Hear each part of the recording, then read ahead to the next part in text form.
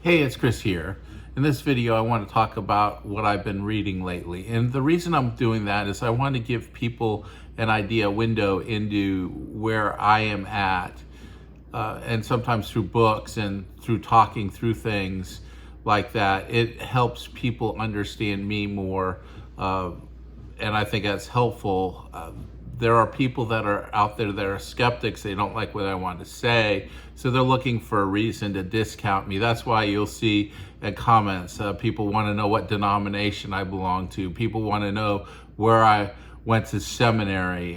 People want to know all those kinds of things because they want to be able to say, aha, he's one of those people, so I can just discount what he says. The other thing is with giving out too many details on YouTube, there are issues that my kids have expressed with me of concern because I've seen some MAGA vengeance and threats and things, and so they've just wanted me to really not put myself too much out there publicly, to maintain some level of privacy, not only for my sake, but for their sake as well. So I thought the best way to really talk about some things and kind of share where I'm at for people that wonder where I'm at theologically and all that is to just talk about some of the books I'm reading. Of course, I do, the scripture is the center of my life, and most days I've kind of gone to the point now where I'm doing audio Bible and different versions. I've lately been doing it through the ESV, New King James Version. So I will listen and reflect on Scripture that way. I find it just been helpful for me to keep going through the Bible is to do that. There's very few days when I don't have some scripture intake and reflection. It could be after working a 16-hour day as a nurse, overnight, and I've slept all day and I'm just exhausted. There may be days like that where the unexpected, uncertain creep in, and I don't feel guilty about that because I would say on average I'm going through the whole Bible every year and a half, 2 years, I think, is the pace that I go at. I know some people say you got to do it every year. I've never been able to go through so fast to do that. But some of the books that I'm reading, and I want to just share a little bit about what I'm reading and why. This first one is, I'm going to just hold it up to the screen. This is William Dever. What did the Bible writers know? When did they know it? And the subtitle is What Archaeology Can Tell Us About the Reality of Ancient Israel. One of the things that I find interesting and find helpful in my life is to be continually looking at evidence to support the authenticity of Scripture. I don't want to be a blind faith believer. And so I do look a lot of these issues. I've got another book that I'm reading now, kind of the same thing, looking at historical evidence, textual evidence, archaeological evidence, to be able to support the authenticity of the scriptures, because my faith is based on writings, and so that's important to me.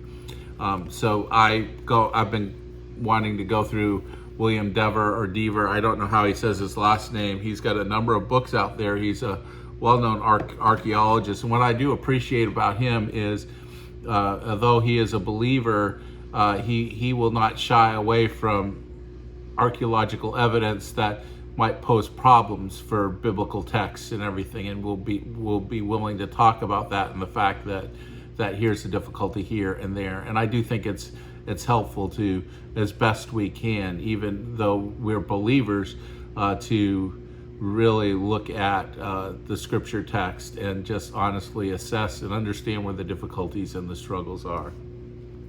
The other book is a written response. There's a man named Bart Ehrman who wrote How Jesus Became God. And a lot of what scholars are doing is looking at that 30, 40 year period in between Jesus' death and when the New Testament writings began to appear, and ask what happened, how did things change or develop, and was it Jesus' earthly ministry? He was just a prophet, a seer, just a man. He died. He's still dead. He never claimed any kind of divine status, and his followers just put that on him, or did they recognized early on divine status for Jesus? And a lot of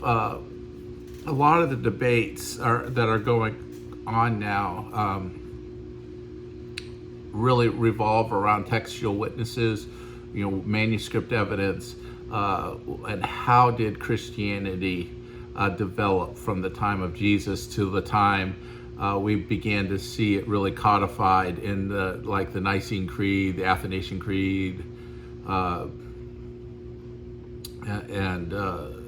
and those early creed. I'm trying to think of some of the others, but they're not coming to me. But this creedal form in the third, mainly in the 4th century, as it gets firmly developed, what is true biblical Christianity and what is not. And so I've been wanting to work through some of how people are responding to Bart Ehrman. I don't find Bart Ehrman's work persuasive, but I do find it challenging. So I wanted to look at something. So I got this book, How God Became Jesus, The Real Origins of Belief in Jesus' Divine Nature and Name. It's a collaborative effort with Michael Bird, Craig Evans, Simon Gather-Cole, Charles Hill, and Chris Tilling. All of them are recognized scholars in the field of New Testament from legit schools and teaching at legit schools. So I find that has been interesting to walk through. I kind of give it a B+. I do think there are some better arguments they make, and then there's some arguments that I'm not so sure how effective they are as counter arguments, but I do find that helpful. Another book that I've been reading, working through, is this by a medical doctor, Catherine Butler, called Between Life and Death, a gospel-centered guide to end-of-life medical care. As you probably know, if you're watching my channel, that I am a registered nurse, and I do specialize in end-of-life care, and I find it helpful every once in a while to look at different perspectives just to broaden my competence in my career as a nurse, to be able to speak to people about end-of-life issues. So I picked this up, and I'm working my way through it. It's written pretty well, and I like it. And the last one is more personal, devotional to me. I had the car accident in early July. A lot of things happened in my life. Been going through a lot of difficulties with health, just a lot of things, and it can lead to despair, and it can lead to lament and sadness. And part of what I want to do as a follower of Christ is to not deny the reality of the broad range of emotions that I experience in my life, but I want them to be more shaped by the gospel, so that I can grieve, so that I can be sad, sorrowful, so that I can go through difficult times in a healthy, spiritually healthy way, even when everything seems dark. So I got this book. It's called The Psalms as Christian Lament, and it goes through a lot of the lament psalms that are in the book of Psalms. And it's written by Bruce Walke, James Houston, and Erica Moore. And I find that books like this is helpful for me to get a perspective, the wisdom of other people, to kind of help me kind of think through Scripture and point out things maybe that I have missed before, and I'm always learning something and just saying, oh wow, I didn't realize that. And that's really helpful for me in my own spiritual walk and spiritual journey. So those are the 4 that I'm reading through right now. And as you're watching this video, my wife and I have been away visiting children and grandchildren, or our granddaughter and 3 of our 3 daughters. And so I'll have some time, maybe while my wife's driving the car, to read, or when we're at the hotel, or at the, we're staying in an Airbnb or something like that. My wife worked out all those details. But I think it's just helpful to keep learning and to keep growing and to keep working through things. And I would encourage everybody that's part of subscribed and part of the channel, that you be looking at ways you can learn and grow. It's always good for us to be in a footing of continual growth and learning, and to not be just kind of stagnant in our lives and how we approach life. I believe it honors God, and we want to walk with the Lord as we walk through life. At least that's my perspective. But I hope this is helpful. It was a video I thought I would make as I was heading out on vacation, just to be able to kind of shape, help people just kind of shape and understand where I'm coming from and the things that I'm looking at and considering. So I just hope it's helpful to you. Have a good day, and God bless.